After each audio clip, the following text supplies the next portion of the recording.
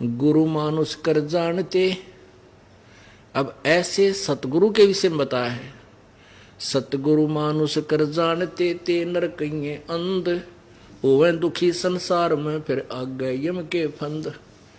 पुणात्मा जब परमात्मा स्वयं आए थे तो भी एक गुरु की भूमिका करके गए थे कबीर परमेश्वर जी। अब उन्होंने अपना दास बेच दिया अपनी ही पावर देकर। अब उस समय भी हम यही मार खा गए कि हमने उनको भगवान को भगवान नहीं माना और परमात्मा को परमात्मा ना मानकर हम उनको एक संत मानते रहे, जिस कारण से हम भगवान के साथ नहीं जा सके। अब जैसे ये दास परमात्मा कहते हैं गुरु मानुष कर जानते, गुरु को मनुष्य नहीं जाने भगवान मानना चाहिए। गुरु गोविंद कर जानियो रहियो चरण समाए शब्द समाए, और मिले जब दंडवत बंदगी नहीं पल पल ध्यान लगावे। अब परमात्मा आए थे तब तो गुरु भी थे भगवान भी थे, नो डाउट। अब ये दास भगवान नहीं है लेकिन उस परमात्मा का दास जरूर है, उसका प्रतिनिधि है, रिप्रेजेंटेटिव है। तो ऐसे संत को आपने भगवान मानना चाहिए। मानने का तात्पर्य क्या है कि जैसे एक गणित का प्रश्न आता है ब्याज का ऋण का, उसमें मानना होता है, मान लीजिए मूलधन 100 रुपये, वो मूलधन 100 रुपये मानकर उस इक्वेशन को सोल्व किया जाता है, उस क्वेश्चन को सोल्व किया जाता है तब होता है।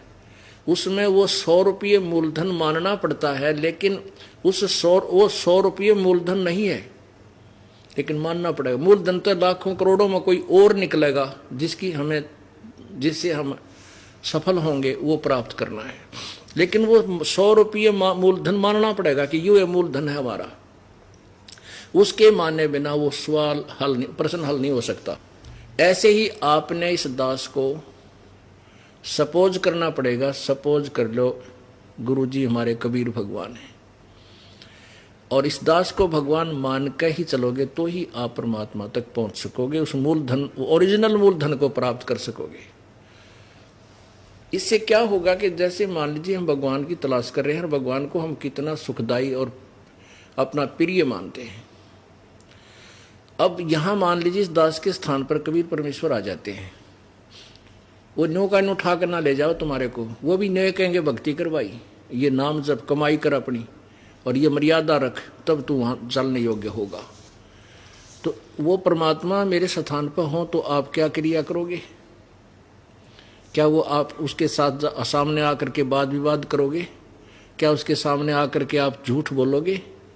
क्या और मन में खोट रखोगे? नहीं, आंखों में आंसू आने को हो और नम्रता हो, भगवान खड़े, कहीं मेरे से कोई ऐसी क्रिया ना हो जाए जिससे भगवान के दिल को ठेस पहुंच जाए।